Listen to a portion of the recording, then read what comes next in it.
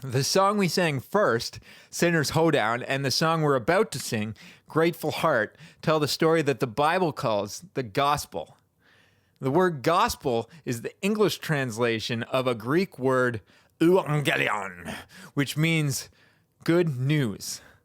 I'm going to take a couple minutes right now to tell you what that good news is, and we'll use words from the songs. The first line of Sinner's Hoedown is, "Where can we go to hide from you? You see every single thing we think." I took that idea from Psalms, Proverbs, Ecclesiastes, and 139. And that's kind of a crazy thought, right? Psalm 139 says, if I go high, he's there. If I go low, he's there. Wherever we go, he's there.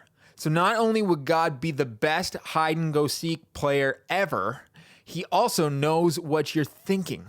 You can't even hide your thoughts. And the chorus of Sinner's Hoedown says, God showed his love for us in that while we are still sinners, Christ died for us. Those words are straight from Matthew, Mark, Luke, and John, Acts, Romans 5, verse 8. God knows all the good and the bad and the crazy things that we think and do, and he still came from heaven to earth to take the punishment that we deserve for those things. I have 3 kids, ages 3, 5, and 7, and as a parent, this type of love actually kind of makes sense to me. My kids are not perfect, neither am I. They sometimes don't want to share, they sometimes yell at each other, they say poop way too often, and sometimes they try to be sneaky. One of my most funny but also kind of sad things is one time I was going upstairs because my daughter was like doing something really quiet and trying not to let us hear it, but we heard her. And so I walk up and she heard me coming up the stairs and dove headfirst into her bed and smacked her head on the headboard. And it was sad, but she was okay. So it was funny. But anyway, they be sneaky. They're bad.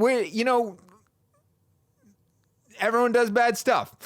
Often, their sin makes me sad or frustrated, but I will always love them. No matter how much bad stuff they do, I will keep taking care of them and spending time with them. Always. That's just what it is to love someone. That's what it is to be a parent. And that's God, too. But he's way better at it than I am. He's the good Father. The song Grateful Heart starts by saying, you have rescued us from the mouth of the father of lies. The father of lies is the devil, Satan.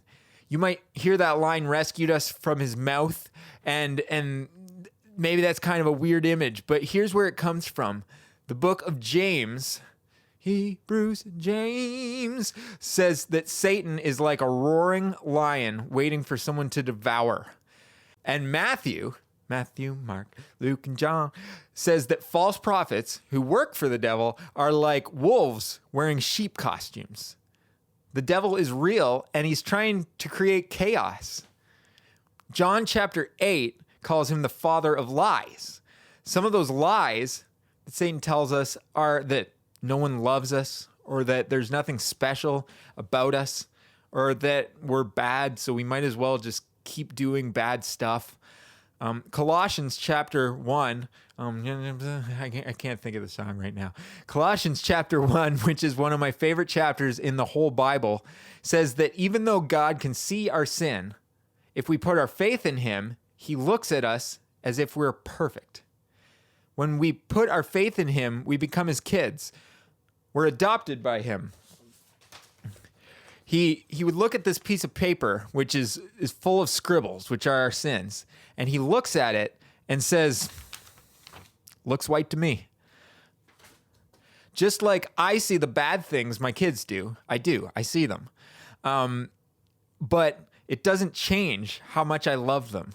They never stop being my children, so I never stop loving them. And that's the gospel.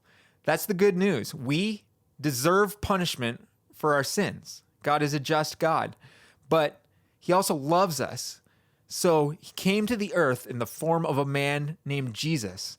and died and rose again to wipe our sin clean so that everyone who puts their faith in Jesus will be his beloved children.